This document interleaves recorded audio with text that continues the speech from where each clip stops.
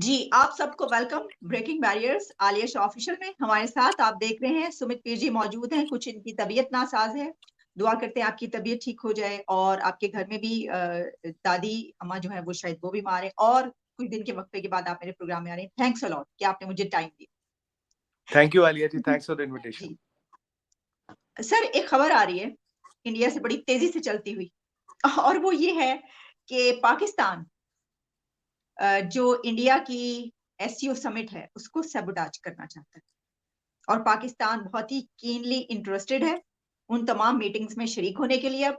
और पाकिस्तान ये इसलिए कर रहा है क्योंकि पाकिस्तान जो है वो ये चाहता है कि ये जरा ये वाली कॉन्फ्रेंस खराब की जाए। इसमें मेरे सामने हिंदुस्तान टाइम्स मौजूद है जिसमें है Pakistan plotting SCO sabotage in India, Sharif government keen on participating in की मीटिंग्स। मसला ये है कि अगर नहीं आ रहे थे तो हम भी तनकीद कर रहे थे क्यों नहीं जा रहे, और आपकी तरफ से भी ये सवाल उठता कि नहीं आए देखो किसी भी। अब अगर उन्होंने ये प्लान बना लिया कि वो आ रहे हैं, तो आप लोग ये कह रहे हैं कि ये सैबोटाज करने के लिए आ रहे हैं। ये क्या सिलसिला चल रहा है? जी आलिया जी, सबसे पहले शो पे बुलाने के लिए धन्यवाद। मैं आपको बताता हूँ, देखिए, कोई भी अब इंटरनेशनल फोरम की बात करें, एससीओ एक पावरफुल फोरम है और पाकिस्तान शायद एससीओ में ही मेंबर है, बाकी जितनी भी फोरम्स है वहाँ पाकिस्तान मेंबर नहीं है।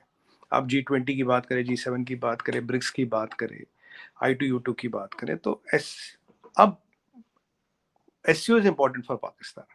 और एससीओ एक अल्टरनेट वर्ल्ड ऑर्डर बना रहा है, मतलब एक पावरफुल ब्लॉक है, मैं ये नहीं बोलूंगा, काफी पावरफुल है। अगर मैं इसको G7 से कंपेयर करूं, G7 एक इनफॉर्मल ब्लॉक है और उस इनफॉर्मल ब्लॉक में ना इंडिया है ना चाइना है, और दो, अगर आप दुनिया की दो बड़ी इकोनॉमीज को निकाल दे तो वो कोई पावरफुल ब्लॉक बन नहीं सकता। अब जो एससीओ है, एससीओ में पाकिस्तान के is because of his geographical presence, is not because of anything else.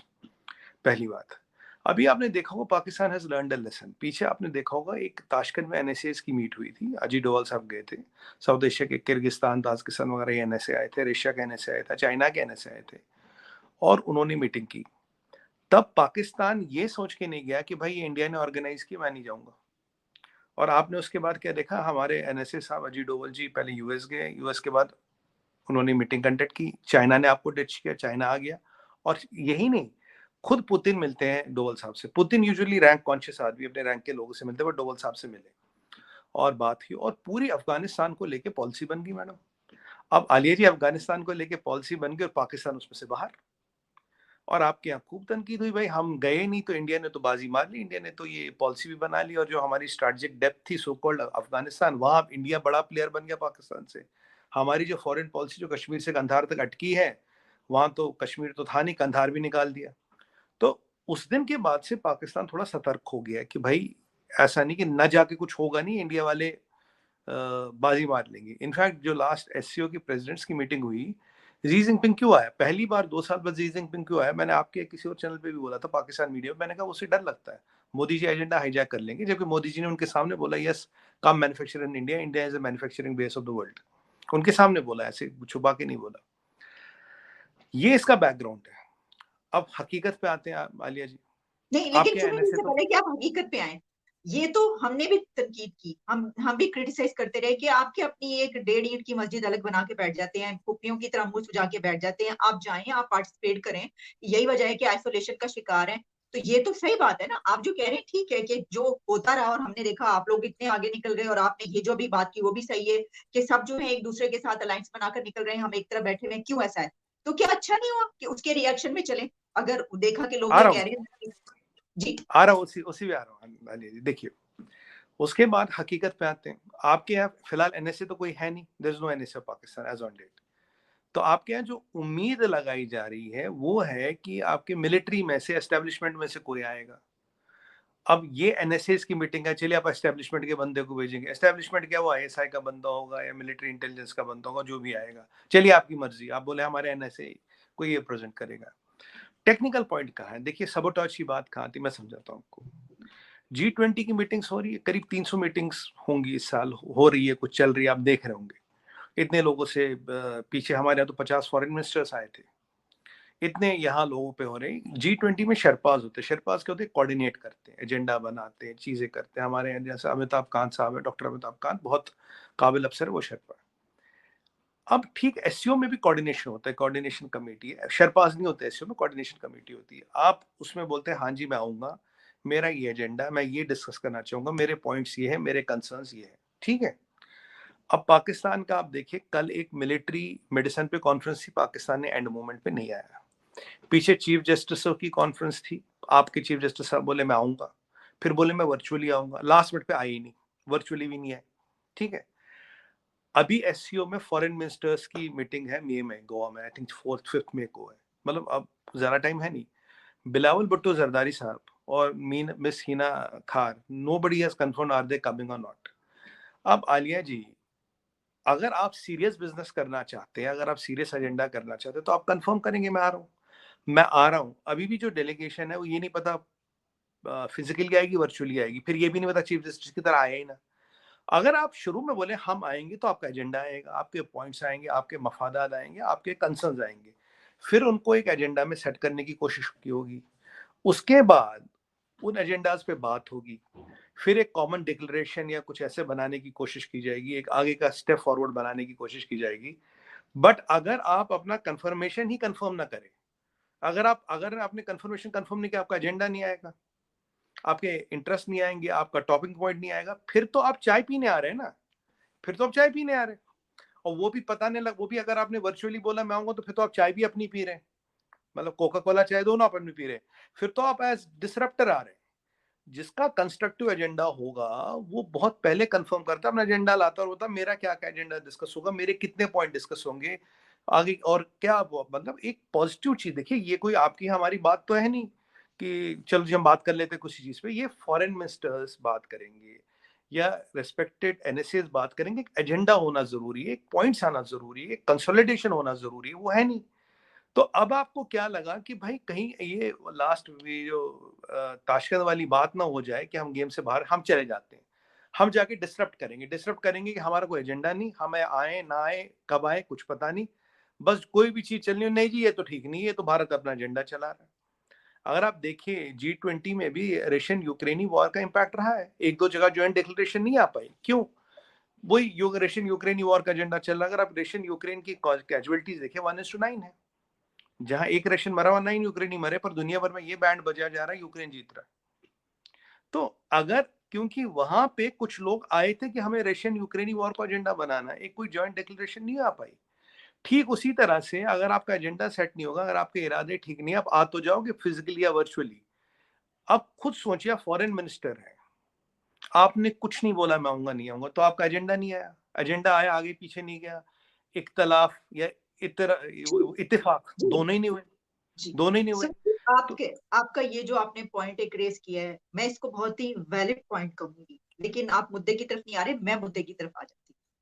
इसमें बीच में जो मुद्दा है वो ये है कि पाकिस्तान वहां पर जाएगा और कश्मीर की बात करेगा। देखिए, ये जो आप बात कह रहे हैं बिल्कुल ठीक है कि अगर उसका एक थ्रू प्रॉपर चैनल है, एक प्रोसीजर है, पहले से आप बताते हैं आपका क्या एजेंडा है, वहां पे डिस्कस हो किया जाता है, फिर ये कहा जाता है कि जनाब इसमें ये नहीं होगा या ये होगा। अगर तो उस तरीके से है तो बिल्कुल पाकिस्तान को ये सब करना चाहिए, जाने से पहले ये करना चाहिए था। तो फिर तो आपकी तरफ से इतराज उठ सकता है। एक तो ये बात, दूसरी ये बात कि हम ये अगर फर्ज कर लें कि ये हो चुका है और सारा कुछ बता दिए, तो पाकिस्तान अगर वहां पर आता है और वो कश्मीर की मुद्दा उठाता है, फर्ज करें, जो कि ऑब्वियसली आप लोग बिल्कुल नहीं चाहेंगे कि उसके ऊपर कोई बात हो, तो क्या इसको इस तरह देखा जा सकता है कि अब इंडिया ये चाहता है कि पाकिस्तान ना आए, क्योंकि पाकिस्तान अगर उधर जाएगा तो ये वाला मुद्दा जरूर उठाएगा, जैसे कि हम हर जगह पर ये करते हुए नजर आ रहे हैं। इस वजह से आपसे पूछ रही देखिए मैं समझाता हूँ, आपने काफी अच्छा क्वेश्चन पूछा है आलिया जी। देखिए सबसे पहली इंपॉर्टेंट चीज है, एसईओ का ऑब्जेक्टिव क्या है, एसईओ का टॉपिक क्या है।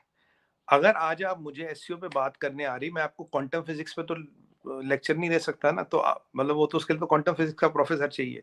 या मैं बोलूं मुझे क्वांटम फिजिक्स आती, मैं उसी पे बात करूंगा जी, मुझे रॉकेट टेक्नोलॉजी आती, आप सवाल कोई भी पूछूंगा मैं बोलूंगा एस्केप वेलोसिटी ऑफ जुपिटर कितनी है, वो तो मैं बोल नहीं सकता। हमारे एक नेता वो एस्केप वेलोसिटी ऑफ जुपिटर पे बात कर चुके हैं ऑन द लाइटर साइड। तो अब एसईओ का जो एजेंडा है, जो उसका दायरा है आलिया जी, उसी में तो बात होगी ना। आप अपना बायलैटरल एजेंडा या बायलैटरल प्रोपेगेंडा उसमें घुसाना चाहेंगे, तो उसके लिए तो आपको स्टेज मिलेगा नहीं। जो बाकी इतनी कंट्रियां वहां बैठी, इतने नेता वहां बैठे, एक एजेंडा होगा, वो सब उसी में बात करेंगे। जैसे मैं आपको बताऊं, आज एग्जाम्पल देता हूँ, आज ब्रिक्स का बैंक है, ब्रिक्स ने एक बैंक बनाया, ठीक है। आज उस बैंक की औकात इतनी हो गई है, वो वर्ल्ड बैंक को टक्कर देने के लगभग लगभग आसपास आ गया, राइट। 5-6 कंट्रियां ब्रिक्स में, कोई ज्यादा कंट्रियां नहीं है। तो अगर इन एजेंडाओं को लेके बात हो, अगर ग्लोबल साउथ को लेके बात हो रही है, अगर वैक्सीनेशन को लेके बात हो रही है, अगर टेररिज्म को लेके बात हो रही है, तो उस पे बात करें ना। आप पे कॉन्फ्रेंस होती है, आप आते नहीं। जब मिलिट्री मेडिसिन पे कॉन्फ्रेंस होती, आप स्किप कर जाते हो। जब जस्टिस सिस्टम पे आप कहते हैं इंडिया का जस्टिस सिस्टम बड़ा अच्छा है, आपके चीफ जस्टिस साहब आते नहीं, वर्चुअली भी नहीं आते। तो अगर आप पहले दिन बोले बिलावल भुट्टो जरदारी ठीक है मैं आऊंगा, मेरे ये पॉइंट है, चलिए आपने उसमें 19 पॉइंट डाले, बोले 19 नहीं, ये 18 पॉइंट 17 पॉइंट लिए जाएंगे। वो 17 पॉइंट पूरे मेंबरों और दुनिया की बहबूदी के लिए होगी। कश्मीर दुनिया की बहबूदी का इंटरेस्ट नहीं है, कश्मीर बाकी मेंबरों का इंटरेस्ट नहीं है। तो ये तो आप चूज करते हैं ना, आप चूज करते हैं कि कश्मीर, एक कश्मीर के नाम पे मैं बाकी अपने 19 प्रायोरिटीज को स्किप करता हूं। ये फैसला आपका, ये डिसीजन आपका है। और जब हम अगर हम बोलते हैं भाई ये कश्मीर के लिए फोरम तो है नहीं, तो आप कहते हैं ठीक है जी हम आते ही नहीं। और फिर आप इसका आरोप भी भारत पे डालते कि भारत आपको बुलाना नहीं चाहता। भारत का तो इन्विटेशन है, खुला इन्विटेशन है, पर जो एजेंडा है उसी में तो बात करेंगे ना। अब हम जाते हैं डिप्लोमेटिकली, हम हर जगह थोड़ी ना पाकिस्तान या चाइना की बातें करते, नहीं करते। आप देखिए हमारे यहाँ कितनी डिप्लोमेटिक एक्टिविटी हो रही है, दुनिया में सबसे ज्यादा डिप्लोमेटिक एक्टिविटी भी भारत में हो रही है। इतने डेलीगेशन, इतने फॉरेन मिनिस्टर्स कहीं नहीं आ रहे, अमेरिका में भी नहीं आ रहे। पर आपने हमारे कम्युनिके में कभी चाइना या पाकिस्तान को देखा? कुछ तो नहीं देखा। मफादात है, इंटरेस्ट है, कॉन्फ्लिक्ट्स भी है, पर वो अलग चीज है, वो फोरम अलग है, ये फोरम अलग है। पर यहाँ क्या है कि वो ना कि वो क्या कहते हैं ना, वो आपका तो रिकॉर्ड वही अटका है। वो एक हमारे एक गाना होता था, दिल के अरमा आंसुओं में बह गए, हम वफा करके भी तन्हा रह गए, केएल सहगल साहब का गाना। तो वो ग्रामाफोन पे जब चलता था तो उसमें लेकिन सुई आपको होती पता है। है कि उसमें उसमें पाकिस्तानी एक्टर, फीमेल एक्टर है, सलमा आगा तो साहिबा। अच्छी बात है, कोई कोई बात नहीं, हम तो बड़ा स्वागत करते हैं। देखिए जब वो ग्रामाफोन की सुई चलती, दिल के अरमा आंसुओं में बह गए, बह गए, बह गए, क्योंकि ग्रामाफोन की सुई अटक जाती थी एक एक वर्ड पे। तो आपके ग्रामाफोन की सुई भी एक वर्ड पे अटक गई है। ये आपको फैसला करना है as a country, what is important for you. वो एक अल्फाज कश्मीर या बाकी जो 25 डेवलपमेंटल एजेंडा वहां डिस्कस हो रहे, जो तरक्की बहबूदी की बात हो रही है, अगर आप कह रहे हो यार सारी तरक्की भाड़ में, सारा इकोनॉमिक्स भाड़ में, सारा फिजिक्स केमिस्ट्री सब भाड़ में, कश्मीर से ऊपर कुछ नहीं, तो आप फिर अपना इंटरेस्ट चला रहे हो। आप बोले ठीक है हम नहीं आते जी। तो ये जो बिना, देखिए बिना एजेंडे के आना एजेंडा को खराब करना होता है, क्योंकि आपने कंफर्म किया नहीं, आपका एजेंडा है नहीं, आपका टॉकिंग पॉइंट हमें पता नहीं, आपका कुछ हमें पता नहीं। आपको अच्छा, आपको ये भी नहीं पता होगा, अगर आपने कंफर्म नहीं किया ना, तो हम आप टॉकिंग पॉइंट्स क्या है, एजेंडा क्या फाइनल हो, तो उन्हीं से फाइनल किया जो आएंगे। तो फिर तो आप तफरी के लिए आ रहे हैं ना, और तफरी के लिए तो बस कॉलेज की कैंटीन में जाया जाता, फॉरेन मिनिस्टर थोड़ी ना बैठते तफरी के लिए जी। अच्छा, इसमें मुझे ऐसा लग रहा है कि दोनों तरफ से बहुत स्मार्टली प्ले किया जा रहा है। जैसे कि पहले आपकी तरफ से ये कहा गया कि पाकिस्तान किसी मीटिंग में नहीं आया, अभी भी आपने कहा, जाहिर है हम भी कह रहे हैं, सभी कह रहे हैं कि कोई मीटिंग में नहीं आया। देखो, यानी इससे ये पता चलता है कि भारत दुनिया को बता रहा है हम तुमने तो बुलाया, तो वो नहीं आ रहे, वो नहीं ताल्लुकात अच्छे जाते। हमने देखा पाकिस्तान की तरफ से बड़ा स्मार्टली प्ले करके किया गया कि ठीक है हम आ रहे हैं, ओके, क्योंकि महसूस किया गया कि हाँ, ये तो फिर लोग हमें ही कहेंगे कि भाई तुम नहीं चाहते ताल्लुकात, तुम दहशतगर्दी के वो सारे इल्जामात। तो फिर अब इंडिया के पास एक और क्या पॉइंट था, वो ये था कि कहें अच्छा आ रहे हैं तो फिर इनको इस तरह बताते, इनको कहोगे ये मीटिंग खराब करने के लिए आ रहे हैं। अब नहीं पाकिस्तान इसके जवाब में क्या स्मार्टली प्ले करेगा मुझे अभी नहीं पता, लेकिन मुझे अभी तक ये जो गेम है ये इस तरीके से नजर आ रही है। तो नहीं क्या आप मैं समझते हैं? जी जी प्लीज इस पे भी अगर आप। देखिए देखिए आलिया जी, देखिए किसी भी चीज को करने की प्रक्रिया है, एक प्रोसेस, एक तरीका है। अगर मुझे जहाज चलाना आता है तो मैं शायद गाड़ी भी चला लूं, पर अगर मुझे गाड़ी चलानी आती, मैं जहाज नहीं चला पाऊंगा। गाड़ी तो चला लूंगा, जहाज नहीं चला पाऊंगा। उसके लिए मुझे ट्रेनिंग चाहिए, प्रोसेस चाहिए जहाज चला। ये नहीं कि गाड़ी चले यार, हैंडल ही तो घुमाना है। देखिए अगर आप पहले दिन बोलते बिलावल भुट्टो जरदारी हाँ मैं आऊंगा, तो एक एजेंडा बनता, प्रोसेस बनता, प्रक्रिया बनती, आपके भी 4 पॉइंट रखे जाते, बड़े चीजों में आप कंट्रीब्यूट करते, जो एससीओ का ऑब्जेक्टिव है। अगर आप लास्ट मिनट तक ये नहीं बोलेंगे मैं आऊंगा नहीं आऊंगा, अभी भी देखिए एनएसए है आपके यहाँ नहीं है, कौन आ रहा, आपने डिक्लेयर किया, कल मीटिंग है, आपने डिक्लेयर नहीं किया, मीटिंग तो चल रही है इनफैक्ट, आज या कल में मीटिंग है, तो कौन आ रहा है नहीं पता। आप वर्चुअली आओगे नहीं पता, फिजिकली आओगे नहीं पता, एजेंडा आपको पता नहीं, आपके आने का पता नहीं, कौन आएगा ये पता नहीं, जिसको बुलाया उसने बताया नहीं, और जो आएगा वो क्या कहेगा ये पता नहीं, और आएगा नहीं आएगा ये भी नहीं पता। तो अब और पर आप ये कह रहे हो यार हम बिना एजेंडा के हर चीज में घुसेंगे, तो फिर सर तो चौधरी कहीं है ना ना, सर चौधरी है, चौधरी है हाँ ना हम। हाँ वही तो कह रहा, फिर कहीं ना कहीं ये चीज तो फिर वाजे होती है ना, आपका ऑब्जेक्टिव इज नॉट गुड। दूसरी बात मैं आपको बताऊं, I draw parallel. SCO meeting थी, जी जिनपिंग को पता था मोदी जी आ रहे हैं। जी जिनपिंग पहली बार 2 साल बाद चाइना से निकला, 2 साल बाद, पर उसने बोला मैं आ रहा हूं। हमारी चाइना के साथ एनएसए की मीटिंग होती है, हम जाते हैं, चाइना भी आता, हम भी जाते हैं। मुझे एक बार आपके एक साथी ने पूछा था पाकिस्तान मीडिया से, भाई सुमित भाई आप ब्रिक्स में क्यों जाते हैं? मैंने कहा हम नहीं जाएंगे तो चाइना का अपना एजेंडा नहीं चलाएगा, तो हम जाते हैं, हम हमेशा एग्जैक्ट। जाते हैं, हम हमेशा जाते हैं और हम जाते रहेंगे। मैंने कहा दोस्तों से ज्यादा दुश्मन के करीब रहना चाहिए। लेकिन वहां पे दोस्तों, जाके आप अपना एजेंडा चलाते हैं ना। बिल्कुल, देखिए जो ब्रिक्स का एजेंडा होता है या एससीओ का एजेंडा है या कहीं भी जहां भी हम चाइना के साथ हैं, हाँ G20 की बात करें, ब्रिक्स की बात करें, एससीओ की बात करें, जो एजेंडा होता है उसमें जो भी अपना पॉइंट होता है हम रखते हैं। हम अपने मतलब एक लिमिटेड कंटेक्स्ट में हम अपने पॉइंट जरूर रखते हैं, लिमिटेड कंटेक्स्ट में तो कोई भी रख सकता है। बट अगर आप चाहते हैं कि भाई एससीओ का प्लेटफॉर्म बने कश्मीर पे बात वाद विवाद के लिए, वो तो संभव है नहीं। हाँ एक पासिंग रेफरेंस, एक छोटी लाइन इधर उधर हो जाती है, बट जैसे हमने बोला कि भाई कम मैन्युफैक्चर इन इंडिया, हम तो खुला बोल रहे हैं ना, जी जिनपिंग बैठे बोल रहे हैं उनके सामने कि आप India is the manufacturing base of the world. ठीक है, चाइना कहता, हम कहते हैं हम फ्यूचर है, उसमें कोई ऑब्जेक्शन नहीं है, that is competitiveness, that is प्रतिस्पर्धा। ठीक। बट ठीक। बट बट आप देखिए हमारा और चाइना का ये कभी आप नहीं देखेंगे कि इंडिया का एनएसए आ रहा है या नहीं आ रहा, पता नहीं, लास्ट मिनट तक नहीं पता इंडिया के फॉरेन मिनिस्टर आ रहे नहीं आ रहे, जी जी इंडिया जी पार्टिसिपेट करेगा नहीं, हाँ या ना, या जी मतलब जी और बिल्कुल। ये तो। अधिकतर 99% जगहों में हमने पार्टिसिपेट किया, 1-8% कोई हमने छोड़ दिया, बट दैट जी इज जी what is the objective, that is what is modern day diplomacy about. Modern day diplomacy change हो गई है। शायद जरदारी साहब पहली बार डायरेक्टली फॉरेन मिनिस्टर बने तो थोड़ा तजुर्बा कम है, उम्र भी कम है, जी। तो ये कहीं ना कहीं ये तो फर्क आपके, पड़ता है। जी आपके बड़े वैलिड वैलिड पॉइंट्स हैं और मैं इनसे अग्री करती हूँ उसमें जी।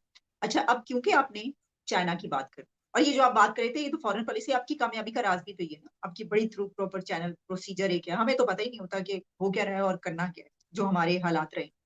सर ये बताइएगा कि ये जो अभी आपने बात की तो चाइना से मुझे याद आ गई एक और खबर, उसके ऊपर मैं बात कर चुकी हूँ, लेकिन मैं आपसे भी पूछना चाहूंगी कि ये जो अरुणाचल में एक मीटिंग थी, तो हमें तो यही पता था कि चाइना तमाम जो है G20 की मीटिंग्स में शरीक हो रहा है, लेकिन इसमें नहीं हुआ।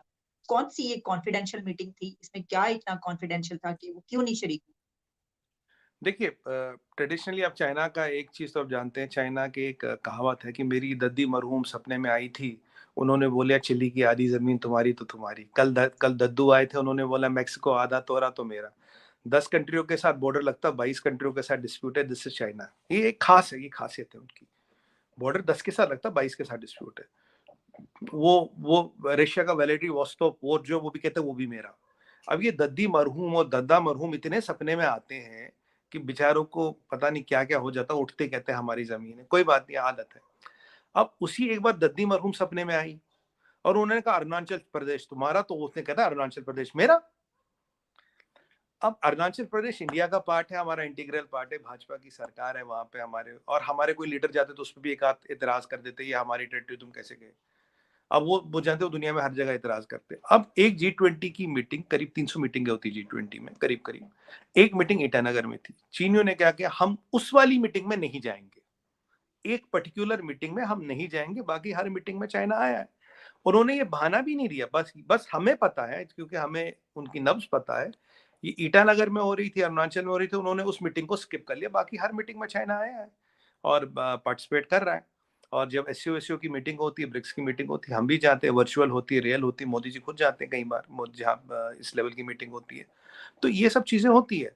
तो वहां पे एक particular meeting of that particular geography they choose to skip and they have not given official reason, मतलब ये इन्होंने नहीं डाला। आप लोगों ने जान के ही वो वाला किया था ना, जानबूझ के वेन्यू वो वाला सिलेक्ट नहीं, किया था। मैं बताऊं, देखिए 300 मीटिंगें हैं आलिया जी, कश्मीर से लेके कन्याकुमारी या थिम्पू से लेके रान ऑफ कच्छ तक हर जगह मीटिंग हो रही है। आप G20 का मैप उठा के देखिएगा, हर जगह हम्म। मीटिंग हो रही है, हर छोटे बड़े शहर में हो रही है। ऐसा नहीं है कि एक ही मीटिंग और एक ही मीटिंग वहां रख दी, पूरे देश में मीटिंग हो रही है। देखिए ये एक इवेंट होता अपना कल्चर शोकेस करने का, अपना ट्रेडिशन, अपनी सभ्यता दिखाने का। अब जब ये लोग पूरा इंडिया घूमते हैं ऊपर से नीचे दाएं से बाएं, तो इन्हें लगता है यार बहुत बड़ा कल्चर है, बहुत बड़ी सभ्यता है, बहुत चीजें सीखने को मिलती है, लोकल लोग इंटरेक्ट करते हैं, यूथ इंटरेक्ट करता है, इंडस्ट्री इंटरेक्ट करती है, ये हमारे लीगल ल्यूमिनरीज, इंटेलेक्चुअल्स, काफी लोग इंटरेक्ट करते हैं। इसमें क्या होता है कि एक कंट्री में स्ट्रैटेजिक और इंटेलेक्चुअल डेप्थ कितनी, वो दिखाने का मौका है। देखिए 5 स्टार होटल दुनिया में हर जगह सेम होते हैं, अंदर से तो सेम ही होते हैं, बट ये जो आप कश्मीर में मीटिंग करते हो फिर तमिलनाडु दिखाते हो उनको, कश्मीर और तमिलनाडु में बहुत फर्क है कल्चर में। हमारे थिम्पू में और हमारे यहाँ गुजरात में बहुत कल्चर में फर्क है। मध्य प्रदेश अलग है, उत्तर प्रदेश अलग है, गुड़गांव अलग है, हरियाणा अलग है। तो जब आप उनको पूरे में घुसाते हो तो उन्हें कल्चर दिखता है, एक डेवलपमेंट दिखती है, कल्चर दिखता है, एक एथनिसिटी दिखती है, एक इंटेलेक्चुअल डेप्थ दिखती है जब वो लोकल लोगों से इंटरेक्ट करते हैं। नहीं तो देखिए कंट्री में 20-50 लोग किसी के सामने खड़ा करना बड़ी मुश्किल नहीं होती, पर आप छोटे बड़े शहरों में यूथ का क्या पैटर्न है, यूथ में क्या एनर्जी है, यूथ का रुझान कहाँ की तरफ है, जब हम उनको ये दिखाते हैं तो ये चीजें उनको कहीं ना कहीं जाके इंडिया की इंटेलेक्चुअल और स्ट्रेटेजिक डेप्थ को बताती है। अब इंडस्ट्रियलाइजेशन एक पॉकेट में तो है नहीं, हर जगह देखते हैं, इंडस्ट्री देखते हैं, डेवलपमेंट देखते हैं, अपार्टमेंट्स देखते हैं, रोड्स देखते हैं, हाईवेज देखते हैं, ग्रीनरी देखते हैं। तो ये कहीं ना कहीं आपको अपनी कल्चर और सभ्यता और अपने एक सॉफ्ट पावर को भी तो शोकेस करना है। जी इसीलिए ये ईटानगर में मीटिंग इसलिए नहीं रखी गई कि चीनियों को बुलाना है, ऐसी चाइना वालों के साथ तो कई जगह मीटिंग हुई है। आपकी दादी मरहूम सपने में क्या कहेगी, उसके लिए मीटिंग का वेन्यू तो बदलेंगे नहीं। एग्जैक्टली। और अगर रख भी ली तो क्या हो गया? हाँ, इसको इस तरह भी अब ले देखिए सकते हैं। ये दद्दी ना, ये दद्दी मरहूम बड़ी वो है जी, वो क्या कहते हैं उनको, वो बड़ी बड़ी वो चंचल है, रोज सपने में आके दुनिया का नक्शा खोल जाती है। अब दिक्कत ये भी तो दद्दी, अरे छोड़ दो, ये अंकल जी को हमारे छोड़ दो। और जी, जी। आपको बताऊं सर वहाँ पे एक तो चीज बताऊं, दादी और दादा आते हैं, यहाँ पर तो पीर और वली और पता नहीं कौन-कौन आके बताते नहीं यहाँ तो आपके पास नहीं, यहाँ आपके पास जिनों का ब्रिगेड है, जिनों का ब्रिगेड है ना, हमने तो जिनों की बैटेलियन है आपके पास, ये जिन बैटेलियन बताती है यहाँ पे। देखिए जी, आपके, मैं कल एक प्रोग्राम में था तो वो मुझे पूछ रहे थे पाकिस्तान की विशेषता क्या है। मैंने कहा देखो सबका जो इंटेलेक्ट है, आईक्यू है, वो ह्यूमन या मशीन से आता है। मैंने कहा पाकिस्तान में इंटेल और आई2 एक्स्ट्रा टेरेस्ट्रियल फोर्सेस से आता है। कहते क्या मतलब, एलियन से लेना देना? मैं कहा नहीं नहीं, जिन ब्रिगेड पाल रखा है, जिनों से आता है। जिन ये फॉरेन पॉलिसी भी वही बताते हैं, फॉरेन पॉलिसी, इकोनॉमिक पॉलिसी वही बताते हैं, पर पता लगा जिन्हों की तनख्वाह नहीं थी वो भी हड़ताल पे चले गए, नाराज हुए बैठे आजकल, नियाजी ये साहब तो बड़े परेशान घूम रहे हैं। जी, जी, बड़े पुरानी बात है कि हम इस्तिखारा करके जो है अपने फैसले किया करते हैं। इसके ऊपर भी बड़ी इंटरेस्टिंग एक खबर है, इस पे एक दफ़ा मैंने किया था। चलें सुमित पीर जी बहुत-बहुत शुक्रिया आपका। Thank you so much for your precious time. Thanks a lot. Thank you Aaliya ji, thank you very much.